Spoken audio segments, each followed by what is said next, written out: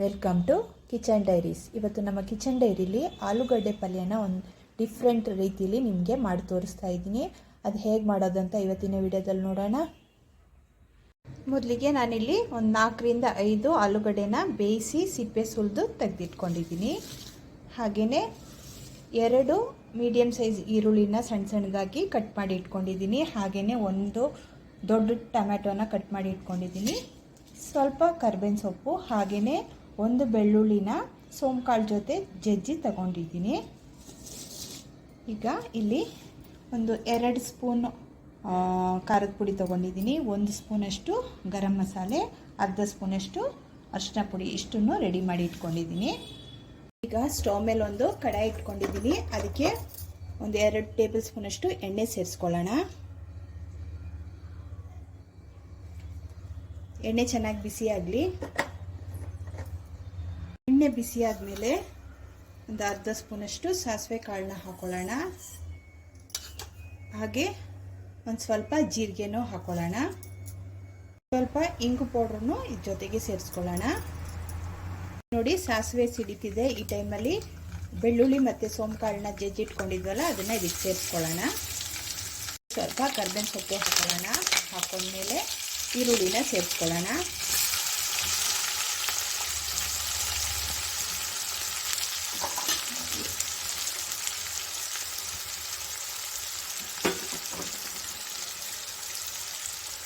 ಇದಕ್ಕೆ ಬೇಕಾಗಿರೋಷ್ಟು ಉಪ್ಪನ್ನು ಸೇರಿಸ್ಕೊಳ್ಳೋಣ. ಉಪ್ಪು ನಿಮ್ಮ ಟೇಸ್ಟಿಗೆ ತಕ್ಕಂಗೆ ನೋಡಿಕೊಂಡು ಹಾಕೊಳ್ಳಿ. ಉಪ್ಪನ್ನು ಹಾಕೊಂಡ್ಮೇಲೆ ನಾನಿಲ್ಲಿ ಟೊಮ್ಯಾಟೊ ಕಟ್ ಮಾಡಿ ಇಟ್ಕೊಂಡಿದ್ದೇನಲ್ಲ, ಅದನ್ನು ಸೇರಿಸ್ಕೊಳ್ಳೋಣ. ಸೇರಿಸ್ಕೊಂಡು ಟೊಮ್ಯಾಟೊ ಚೆನ್ನಾಗಿ ಮೆತ್ತಗಾಗೋವರೆಗೂ ಹುರ್ಕೋಬೇಕಾಗುತ್ತೆ. ಟೊಮ್ಯಾಟೊ ಎಲ್ಲ ಚೆನ್ನಾಗಿ ಮೆತ್ತಗಾಗಿದೆ. ಈ ಟೈಮಲ್ಲಿ ನಾವು ತೆಗೆದಿಟ್ಕೊಂಡಿದ್ವಲ್ಲ ಮಸಾಲೆ ಪುಡಿಗಳನ್ನ ಇದಕ್ಕೆ ಸೇರಿಸ್ಕೊಳ್ಳೋಣ. ಸೇರಿಸ್ಕೊಂಡು ಇದರ ಹಸಿ ವಾಸನೆ ಹೋಗೋವರೆಗೂ ಒಂದು 20 ಸೆಕೆಂಡ್ಗಳ ಕಾಲ ಹೀಗೆ ಹುರ್ಕೋಬೇಕಾಗುತ್ತೆ. ಇದಕ್ಕೆ ಆದಷ್ಟು ನೀವು ನೀರನ್ನು ಹಾಕೋದನ್ನು ಅವಾಯ್ಡ್ ಮಾಡಿ. ಸ್ಟವ್ ಫ್ಲೇಮ್ನ ಸಿಮ್ಮಲ್ಲಿ ಇಟ್ಕೊಂಡು ಮಾಡಿ. ಈ ಮಸಾಲೆ ಪೌಡ್ರನ್ನ ಹಾಕಬೇಕಾದ್ರೆ ನಾವು ಎಣ್ಣೆ ಒಂದು ಸ್ವಲ್ಪ ಜಾಸ್ತಿ ಹಾಕಿರ್ತೀವಲ್ಲ, ಹಾಗಾಗಿ ನೀರು ಹಾಕೊಳ್ಳೋ ಅವಶ್ಯಕತೆ ಇರಲ್ಲ. ಸೀದೋಗಲ್ಲ ನಾವು ಹಾಕಿರೋ ಮಸಾಲೆದು ಹಸಿ ವಾಸನೆ ಹೋದ್ಮೇಲೆ ನಾವಿಲ್ಲಿ ಆಲೂಗಡ್ಡೆನ ಸಿಪ್ಪೆ ಸುಲಿದಿಟ್ಕೊಂಡಿರ್ತೀವಲ್ಲ, ಅದನ್ನು ನೋಡಿ ಕೈಯಿಂದ ಹೀಗೆ ಕಿವುಚ್ಕೊಂಡು ಇದಕ್ಕೆ ಸೇರಿಸ್ಕೊಳ್ಳಿ. ಪೂರ್ತಿ ಬೇಡ, ಒಂದು ಸ್ವಲ್ಪ ಕೈಗೆ ಸಿಗಂಗೆ, ಬಾಯಿಗೆ ಸಿಗಂಗೆ ನೋಡಿ ಹೀಗೆ.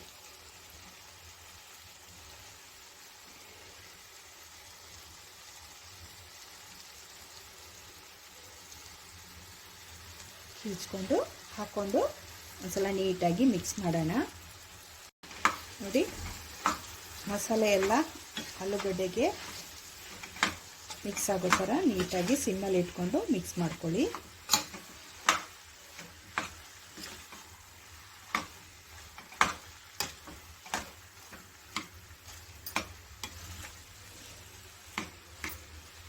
ಮಿಕ್ಸ್ ಆದಮೇಲೆ ಇಲ್ಲಿ ಸ್ವಲ್ಪ ಕೊತ್ತಂಬರಿ ಸೊಪ್ಪನ್ನು ತೊಳೆದು ಕಟ್ ಮಾಡಿ ಇಟ್ಕೊಂಡಿದ್ದೀನಿ. ಅದನ್ನು ಇದಕ್ಕೆ ಸೇರಿಸ್ಕೊಳ್ಳೋಣ. ಸೇರಿಸ್ಕೊಂಡು ಸ್ಟವ್ ಫ್ಲೇಮ್ನ ಆಫ್ ಮಾಡ್ಕೊಳ್ಳೋಣ. ಆಫ್ ಮಾಡಿಕೊಂಡು ನಾನು ಇನ್ನೊಂದು ಸರ್ವಿಂಗ್ ಬೌಲ್ಗೆ ಸರ್ವ್ ಮಾಡ್ಕೊಳ್ತೀನಿ.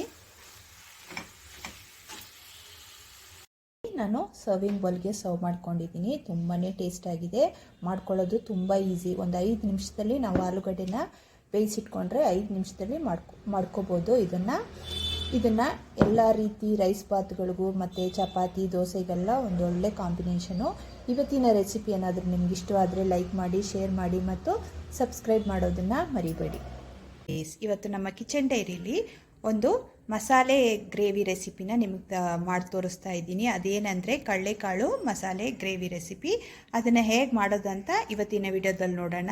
ಇದು ಚಪಾತಿಗೆ, ದೋಸೆಗೆ ಮತ್ತು ಪರೋಟಗೆಲ್ಲ ಒಂದು ಒಳ್ಳೆ ಸೈಡ್ ಡಿಶ್ಶು. ಈಗ ವಿಡಿಯೋ ನೋಡೋಣ ಹೇಗೆ ಮಾಡೋದು ಅಂತ. ಅದಕ್ಕಿಂತ ಮುಂಚೆ ನನ್ನ ವಿಡಿಯೋ ಇಷ್ಟವಾದರೆ ಲೈಕ್ ಮಾಡಿ, ಶೇರ್ ಮಾಡಿ ಮತ್ತು ಸಬ್ಸ್ಕ್ರೈಬ್ ಮಾಡೋದನ್ನು ಮರಿಬೇಡಿ. ಈಗ ವಿಡಿಯೋ ನೋಡೋಣ. ಮೊದಲಿಗೆ ನಾನಿಲ್ಲಿ ನೋಡಿ ಒಂದು ಅರ್ಧ ಕಪ್ಪಷ್ಟು ತೆಂಗಿನ ತುರಿನ ತುರಿದಿಟ್ಕೊಂಡಿದ್ದೀನಿ. ಹಾಗೆಯೇ 1 ಸ್ಪೂನಷ್ಟು ಜೀರಿಗೆ ತೊಗೊಂಡಿದ್ದೀನಿ. 1 ಸ್ಪೂನಷ್ಟು ಸೋಂಕಾಳನ್ನ ತೊಗೊಂಡಿದ್ದೀನಿ. ಹಾಗೆ ಒಂದು ಚಿಕ್ಕ ಪೀಸ್ ಚಕ್ಕೆ ತೊಗೊಂಡಿದ್ದೀನಿ. 3 ಲವಂಗನ ತೊಗೊಂಡಿದ್ದೀನಿ. ಹಾಗೆ ಸಣ್ಣ ಈರುಳ್ಳಿ ಇರುತ್ತಲ್ಲ, ಒಂದು 5ರಿಂದ 6 ತೊಗೊಂಡಿದ್ದೀನಿ. 2 ಪಲಾವ್ ಎಲೆನ ತೆಗೆದಿಟ್ಕೊಂಡಿದ್ದೀನಿ. ಹಾಗೆ ಜೊತೆಗೆ 1 ಕಪ್ಪಷ್ಟು ನಾನು ಕಡಲೆಕಾಳನ್ನ ನೆನೆಸಿ ರಾತ್ರಿ ಇಡೀ ನೆನೆಸಿ ಬೆಳಗ್ಗೆ ಬೇಯಿಸಿಟ್ಕೊಂಡಿದ್ದೀನಿ. ಒಂದು 3 ಹಣ್ಣಾಗಿರೋ ಟೊಮೆಟೊನ ತೊಗೊಂಡಿದ್ದೀನಿ. ಟೊಮೆಟೊ ಚೆನ್ನಾಗಿ ಹಣ್ಣಾಗಿರೋದನ್ನ ನೋಡಿ ತಗೊಳ್ಳಿ. ಹಾಗೆ ಒಂದು ದೊಡ್ಡ ಸೈಜಲ್ಲಿರೋ ಈರುಳ್ಳಿನ ತೆಗೆದಿಟ್ಕೊಂಡಿದ್ದೀನಿ. ಜೊತೆಗೆ ಸ್ವಲ್ಪ ಕೊತ್ತಂಬರಿ ಸೊಪ್ಪನ್ನು ತೊಳೆದಿಟ್ಕೊಂಡಿದ್ದೀನಿ. ಹಾಗೆ ಒಂದು ಹಸಿಮೆಣಸಿನ್ಕಾಯಿನ ತಗೊಂಡಿದ್ದೀನಿ. ಈಗ ಏನು ಮಾಡಬೇಕು ಅಂತ ನೋಡೋಣ. ಜೊತೆಗೆ ನಾನಿಲ್ಲಿ ಸ್ವಲ್ಪ ಮಸಾಲೆ ಪೌಡ್ರ್ಗಳನ್ನ ತಗೊಂಡಿದ್ದೀನಿ. ನಾವು ಸಾರಿಗೆಲ್ಲ ಹಾಕಲ್ವ, ಅದು ಆ ಮಸಾಲೆ ಪೌಡರ್ನ, ಸಾರು ಪೌಡ್ರನ್ನ 2 ಸ್ಪೂನಷ್ಟು ತಗೊಂಡಿದ್ದೀನಿ. 1 ಸ್ಪೂನಷ್ಟು ಗರಂ ಮಸಾಲೆ, ಅರ್ಧ ಸ್ಪೂನಷ್ಟು ಅರಿಶಿನ ಪುಡಿನ ತಗೊಂಡು ಇಷ್ಟು ರೆಡಿ ಮಾಡಿ ಇಟ್ಕೊಂಡಿದ್ದೀನಿ ನಾನು. ಈಗ ನೋಡಿ, ಸ್ಟವ್ ಮೇಲೆ ಒಂದು ಸಣ್ಣ ಕಡಾಯಿನ ಇಟ್ಕೊಂಡಿದ್ದೀನಿ. ಅದಕ್ಕೆ ಒಂದು ಸ್ಪೂನಷ್ಟು ಎಣ್ಣೆನ ಹಾಕೊಳ್ಳೋಣ. ಎಣ್ಣೆ ಹಾಕೊಂಡ್ಮೇಲೆ ನಾವಿಲ್ಲಿ ತೆಗೆದಿಟ್ಕೊಂಡಿದ್ದೀವಲ್ಲ ತೆಂಗಿನಕಾಯಿ ಮಸಾಲೆಗಳನ್ನ ಇಷ್ಟನ್ನು ಹಾಕ್ಕೊಂಡು ಲೈಟಾಗಿ ಹುರ್ಕೊಳ್ಳೋಣ. ನಾವು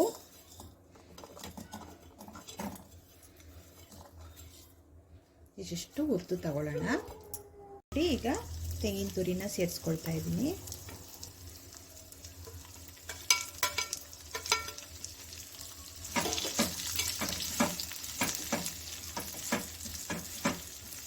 ಸಿಮ್ಮಲ್ಲಿ ಇಟ್ಕೊಂಡು ಹುರ್ಕೊಳ್ಳಿ. ಈಗ ಇದ್ರ ಜೊತೆಗೆ ಒಂದು ಮೆಣಸಿನ್ಕಾಯಿನೂ ಸ್ವಲ್ಪ ಕೊತ್ತಂಬರಿ ಸೊಪ್ಪು ಹಾಕ್ಕೊಂಡು ಇದ್ರ ಜೊತೆಗೇನೆ ಹುರ್ಕೊಳ್ಳೋಣ. ಹುರ್ಕೊಂಡಿದ್ದೀನಿ. ಈಗ ಸ್ಟವ್ ಫ್ಲೇಮ್ನ ಆಫ್ ಮಾಡಿ ಇದನ್ನು ತಣ್ಣಗಾಗಿ ಬಿಟ್ಬಿಡೋಣ. ತಣ್ಣಗಾದ್ಮೇಲೆ ಇದನ್ನು ಒಂದು ಮಿಕ್ಸಿ ಜಾರ್ ಹಾಕ್ಕೊಂಡು ನೈಸಾಗಿ ಪೇಸ್ಟ್ ಥರ ಗ್ರೈಂಡ್ ಮಾಡ್ಕೊಂಡು ಬರೋಣ. ಮೊದಲು ಇದು ತಣ್ಣಗಾಗಲಿ.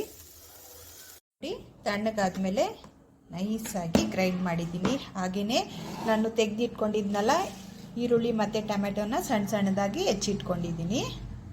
ಈಗ ಸ್ಟವ್ ಮೇಲೆ ಒಂದು ಕುಕ್ಕರ್ ಇಟ್ಕೊಂಡಿದ್ದೀನಿ. ಇದಕ್ಕೆ ಒಂದು 3 ರಿಂದ 4 ಸ್ಪೂನ್ ಎಣ್ಣೆನ ಹಾಕ್ಕೊಳ್ಳಿ. ಈಗ ನೋಡಿ, ಎಣ್ಣೆ ಬಿಸಿಯಾಗಿದೆ. ಇದಕ್ಕೇನೆ ನಾನು 2 ಪಲಾವ್ ಎಲೆ ಹಾಗೆ ಒಂದು ಸ್ವಲ್ಪ ಚಿಕ್ಕ ಸೈಜಲ್ಲಿರೋ ಕಲ್ಲು ಹೂವನ್ನ ಹಾಕ್ಕೊಳ್ತಾ ಇದ್ದೀನಿ. ಜೊತೆಗೇನೆ ನಾನಿಲ್ಲಿ ಕಟ್ ಮಾಡಿ ಇಟ್ಕೊಂಡಿದ್ನಲ್ಲ ಈರುಳ್ಳಿನ ಅದನ್ನು ಸೇರಿಸ್ಕೊಳ್ತಾ ಇದ್ದೀನಿ. ಈರುಳ್ಳಿ ಚೆನ್ನಾಗಿ ಮೆತ್ತಗಾಗೋವರೆಗೂ ಮೀಡಿಯಂ ಫ್ಲೇಮಲ್ಲಿ ಚೆನ್ನಾಗಿ ಹುರ್ಕೋಬೇಕಾಗತ್ತೆ.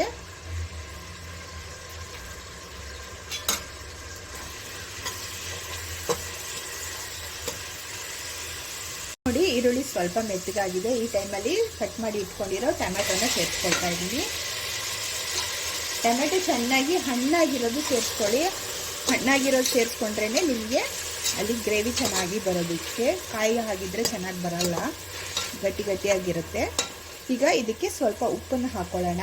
ಟೊಮೆಟೊ ಬೇಗ ಮೆತ್ತಗಾಗೋದಕ್ಕೆ ಉಪ್ಪನ್ನು ನೋಡ್ಕೊಂಡು ಹಾಕ್ಕೊಳ್ಳಿ. ನಿಮ್ಮ ಟೇಸ್ಟಿಗೆ ತಕ್ಕಂಗೆ ಹೆಚ್ಚು ಕಮ್ಮಿ ಮಾಡ್ಕೋಬೋದು. ನಾನು ಕಾಳು ಬೇಯಿಸುವಾಗಲೇ ಸ್ವಲ್ಪ ಉಪ್ಪು ಹಾಕ್ಕೊಂಡಿದ್ದೆ, ಹಾಗಾಗಿ ಸ್ವಲ್ಪ ಹಾಕ್ಕೊಂಡಿದ್ದೀನಿ. ಈಗ ಟೊಮೆಟೊ ಚೆನ್ನಾಗಿ ಮೆತ್ತಗಾಗೋವರೆಗೂ ಚೆನ್ನಾಗಿ ಹುರ್ಕೊಳ್ಳೋಣ ನಾವು. ನೋಡಿ, ಟೊಮೆಟೊ ಚೆನ್ನಾಗಿ ಮೆತ್ತಗಾಗಿದೆ ನೋಡಿ. ಈ ಟೈಮಲ್ಲಿ ನಾನಿಲ್ಲಿ ಇದಕ್ಕೆ ನಾನು 1 ಟೇಬಲ್ ಸ್ಪೂನಷ್ಟು ಶುಂಠಿ ಬೆಳ್ಳುಳ್ಳಿ ಪೇಸ್ಟನ್ನು ಸೇರಿಸ್ಕೊಳ್ತಾ ಇದ್ದೀನಿ. ಸೇರಿಸ್ಕೊಂಡು ಇದರ ಹಸಿ ವಾಸನೆ ಹೋಗೋವರೆಗೂ ನಾವು ಇಟ್ಕೋಬೇಕಾಗತ್ತೆ. ಸಿಮ್ಮಲ್ಲಿ ಇಟ್ಕೊಂಡು ಹುರ್ಕೊಳ್ಳಿ, ಇಲ್ಲಾಂದರೆ ತಳ ಹಿಡ್ಕೊಳ್ಳುತ್ತೆ. ಶುಂಠಿ ಬೆಳ್ಳುಳ್ಳಿದು ಹಸಿ ವಾಸನೆ ಹೋಗಿದೆ. ಈಗ ನಾನಿಲ್ಲಿ ಪೌಡ್ರ್ ತಗೊಂಡಿದ್ನಲ್ಲ ಮಸಾಲೆ ಪೌಡ್ರ್ಗಳನ್ನ ಇದ್ರ ಜೊತೆಗೆ ಹಾಕ್ಕೊಂಡು ಇದರ ಹಸಿ ವಾಸನೆ ಹೋಗೋವರೆಗೂ ಸಿಮ್ಮಲ್ಲಿ ಇಟ್ಕೊಂಡು ಹುರ್ಕೋಬೇಕಾಗತ್ತೆ. 20 ಸೆಕೆಂಡ್ ಆಗಿದೆ. ಈಗ ನಾವಿಲ್ಲಿ ಬೇಯಿಸಿಟ್ಕೊಂಡಿದ್ದೀವಲ್ಲ ಕಡಲೆಕಾಳನ್ನ, ಅದನ್ನು ಇದಕ್ಕೆ ಸೇರಿಸ್ಕೊಳ್ಳೋಣ. ಸೇರಿಸ್ಕೊಂಡು ಒಂದ್ಸಲ ಮಿಕ್ಸ್ ಮಾಡ್ಕೊಳ್ಳೋಣ.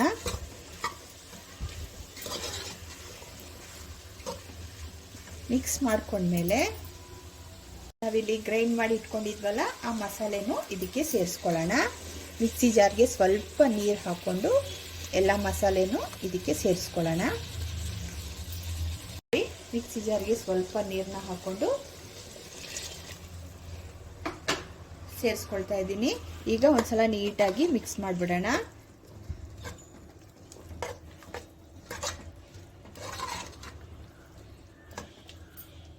ಈಗ ನಾನು ಇದಕ್ಕೆ ಚಿಕ್ಕ ಗ್ಲಾಸಲ್ಲಿ ಅರ್ಧ ಗ್ಲಾಸಷ್ಟು ನೀರನ್ನ ಹಾಕೊಂಡಿದ್ದೀನಿ. ಹಾಕ್ಕೊಂಡು ಈ ಟೈಮಲ್ಲಿ ನೀವು ಉಪ್ಪನ್ನು ಚೆಕ್ ಮಾಡ್ಕೋಬೇಕು. ಸರಿ ಇದ್ದರೆ ಬಿಡಿ, ಇಲ್ಲ ಕಡಿಮೆ ಇದ್ದರೆ ಹೆಚ್ಚು ಕಮ್ಮಿ ಮಾಡಿಕೊಂಡು ಸೇರಿಸ್ಕೋಬೋದು. ಈಗ ಕುಕ್ಕರ್ ಲಿಡ್ಡನ್ನು ಕ್ಲೋಸ್ ಮಾಡಿ 1 ರಿಂದ 2 ವಿಸಿಲ್ ಬರ್ಸ್ಕೊಳ್ಳೋಣ. ಕಾಳು ಚೆನ್ನಾಗಿ ಬೆಂದಿದ್ರೆ 1 ವಿಸಿಲ್ ಸಾಕಾಗುತ್ತೆ. ಸ್ವಲ್ಪ ಗಟ್ಟಿಯಾಗಿ ಬೇಯಲಿಲ್ಲ ಅಂದರೆ 2 ವಿಸಿಲ್ ಹೊಡೆಸ್ಕೊಳ್ಳಿ. ಈಗ 2 ವಿಸಿಲ್ ಹೊಡೆಸ್ಕೊಳ್ಳೋಣ.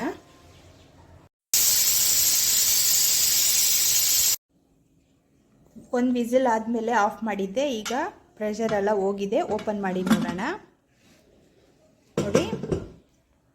ನೋಡಿ ಮಸಾಲೆ ಎಣ್ಣೆ ಎಲ್ಲ ಬಿಟ್ಕೊಂಡು ಚೆನ್ನಾಗಿ ಬೆಂದಿದೆ. ನೋಡಿ, ನಿಮಗೆ ಈ ಕನ್ಸಿಸ್ಟೆನ್ಸಿ ಸಾಕಿದ್ರೆ ಹೀಗೇ ಸರ್ವ್ ಮಾಡ್ಬೋದು. ಅಥವಾ ಇನ್ನೊಂದು ಸ್ವಲ್ಪ ಗಟ್ಟಿಯಾಗಿ ಬೇಕಾಗಿದ್ದರೆ ಇನ್ನೊಂದು ಸ್ವಲ್ಪ ಹೈ ಫ್ಲೇಮಲ್ಲಿ ನೀವು ಕುದಿಸ್ಕೋಬೋದು. ಇನ್ನೊಂದೇನೆಂದರೆ ಇದು ತಣ್ಣಗಾದ್ಮೇಲೆ ಇನ್ನೊಂದು ಸ್ವಲ್ಪ ಗಟ್ಟಿಯಾಗುತ್ತೆ. ಈಗ ಇದನ್ನು ನಾನು ಸರ್ವಿಂಗ್ ಬೌಲ್ಗೆ ಸರ್ವ್ ಮಾಡ್ಕೊಳ್ತೀನಿ. ನೋಡಿ, ನಾನು ಸರ್ವಿಂಗ್ ಬೌಲ್ಗೆ ಸರ್ವ್ ಮಾಡ್ಕೊಳ್ತೀನಿ.